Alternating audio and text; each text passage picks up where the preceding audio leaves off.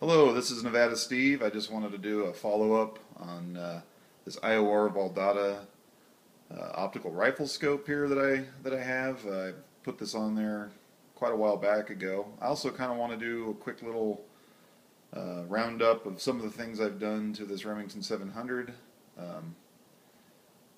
Probably the number one biggest thing I've done to this rifle since I bought it is the aftermarket Bell & Carlson fiberglass stock. This thing has been great. Absolute number one upgrade I've done to it so far.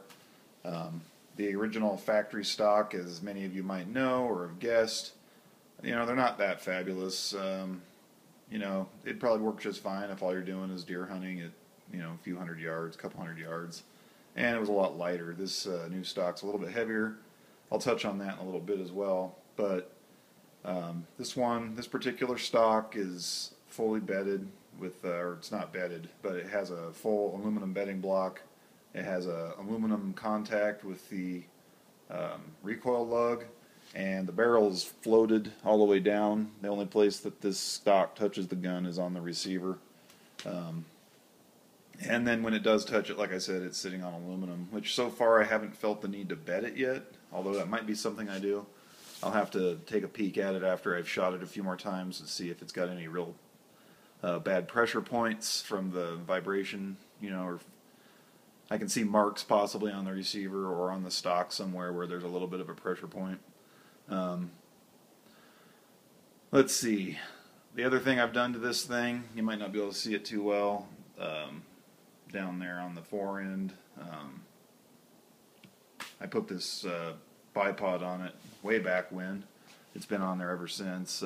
It's not a real big brand name. I can't even remember who makes this one. I got it at Cabela's, I believe, for 50 or 60 bucks. It extends out to 9 inches, but I almost never use that since I'm almost always prone position on the ground.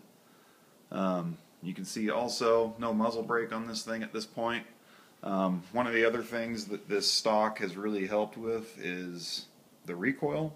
I mean, obviously the recoil hasn't changed, but the extra weight from the scope, like I was mentioning, the extra weight from this stock, I think that's helping pick up the, help absorb the recoil some. And also another feature of this stock that isn't in the frame right now, but I'll move it over, is the butt pad on it. It's substantially nicer than the original factory butt pad that was on the Remington stock. Again, the Remington stock wasn't horrible, but yeah, it was no way, shape, or form even close to this one. And even this stock isn't, the world's best or anything. I just didn't really want to spend too much, and I think I got this for about 230, 240 bucks maybe. And like I said, by far, number one improvement to this rifle so far has been this stock. Let's get back to the scope. When I first got this scope, I did an unboxing video and sort of talked about it a little bit. I've had this rifle out in the range now, or on the range and out in the hills several times now. It's probably got, I don't know, I'm probably pushing about 200 rounds through it now. I've been doing everything from sighting in at 100 yards to 300 yards, which happens to be the longest gun range we have right around here.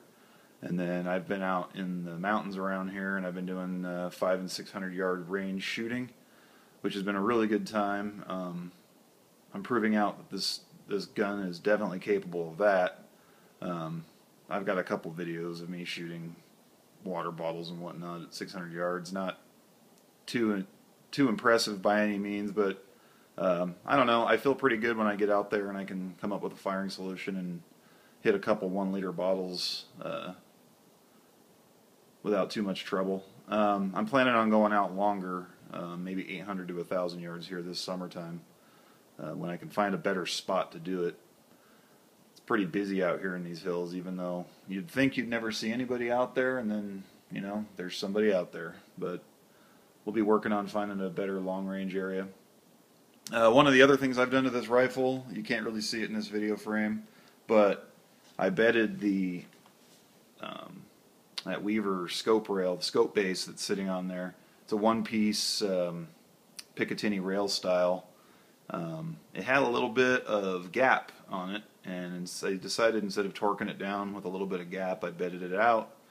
And that, I mean, the bedding job turned out real nice. I just used JB Weld, if you're wondering, and a little shoe polish for the release, and used Play-Doh to plug up the receiver holes. The rings that are on there, the ones that come with the IOR, they're the VTAC. These are steel rings. Haven't had any problems with them. I mean, I can't say anything good or bad about them, and they hold the scope on there, and they haven't seemed to give me any trouble. But then we come to the scope itself, and this is one of the things, I spent a lot of time researching this thing, and through a couple different people giving me some advice and a lot of research on my own, I wound up with this IOR Valdada. And let me tell you, I mean, I used to have a Leopold on this rifle, and it was a great scope. I mean, it was a halfway decent optic. And then when I wanted to upgrade to a first focal plane and a mil reticle with mil knobs, I started looking around, and of course, you know, you wind up looking at things like Night Force, and you know, after talking to a few people, I was convinced that, you know, you could get pretty good performance out of these guys, and you know, no doubt it's been a great performer. The optics look great, nice and clear, bright. The reticles etch nice and clean. The reticle lines, some people have said the reticle lines are a little too thick with the first focal plane. Zooming in, you know, up really high, they get pretty thick, but you know, what do you want? If you make them too thin and then zoom out, then they just disappear. But I don't know, this scope's been really good, and compared to some of the scopes I've used, like I said, the Leopold Mark IV, this thing blows it away by, I don't know, a lot. I love this scope. I love the knobs super easy to use. It's easy to zero this thing. It's got nice magnification ranges, although I'll be the first one to admit I don't use a whole lot of the magnification range. I don't think I've ever used it at 3.5, and I usually keep it around 10. I like the little bit larger exit pupil you get at 10, so it's easier to get your scope picture, get your sight picture in a little bit quicker. And I don't know, it seems like it's enough magnification, in this scope with its optics. It's so good, it's so clear. I haven't really had any reason to zoom in much more than that. I might use it at 14 occasionally here and there, but I don't know. I probably could have gone with a fixed 10x, but you know, you think you need these features, and maybe I do, and I just don't know it yet, but I could probably live with a fixed 10x, really, in retrospect. Let's see. I can't really think of too many other things right now. Oh yeah, a couple other things I was going to mention about the stock is, previously with the factory stock on here, I was going to have to get a cheek rest for it, and now with this slightly different arrangement and geometry here, this thing I'm just get a nice cheek weld, and I get a good sight picture just almost automatically. I don't really have to fidget around too much, and that's been something I think has really helped my shooting. And oh, one other major thing that I did to this rifle, I dialed down this. It's supposedly an adjustable trigger. I'm not an expert on triggers by any stretch of the imagination, but the adjustment seems kind of weird. But I did dial it around a little bit, and I had a fish scale that I was using as a trigger pull weight, and I think I have it somewhere around 2.5 pounds now. When I first checked it, it was closer to 5 pounds, which the rifle suggests that it comes from the factory at 4 to 4.5, I believe. So it was probably in the vicinity. Now I don't really have to strain as much on the trigger, and the gun will surprise me occasionally, which I mean, I don't mean surprise me in a bad way. You know, I'm getting a nice sight picture, I'm holding my target, and I'll get a nice clean trigger break, and I'm pretty sure that's really helping with my accuracy as well.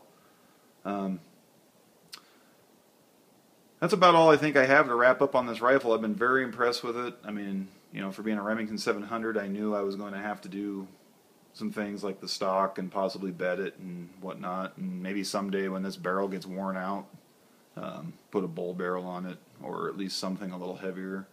But so far, I mean, this gun's shooting reliably, repeatable. I'm hitting my targets. I'm getting good groups. At 100 yards, it's better than a half MOA. That's probably, like I said, I'm the weakest link in this weapon system probably at this point, so that'll probably improve with my skills behind the rifle. But yeah, if you got any comments or feedback or anything, leave a feedback or a comment down below on the YouTube. And if you got a question, leave me a question too. I'd be happy to answer it. Sometimes I'm a bit slow, but I'll get around to it. Anyway, take care. Bye. This was Nevada Steve. Bye-bye.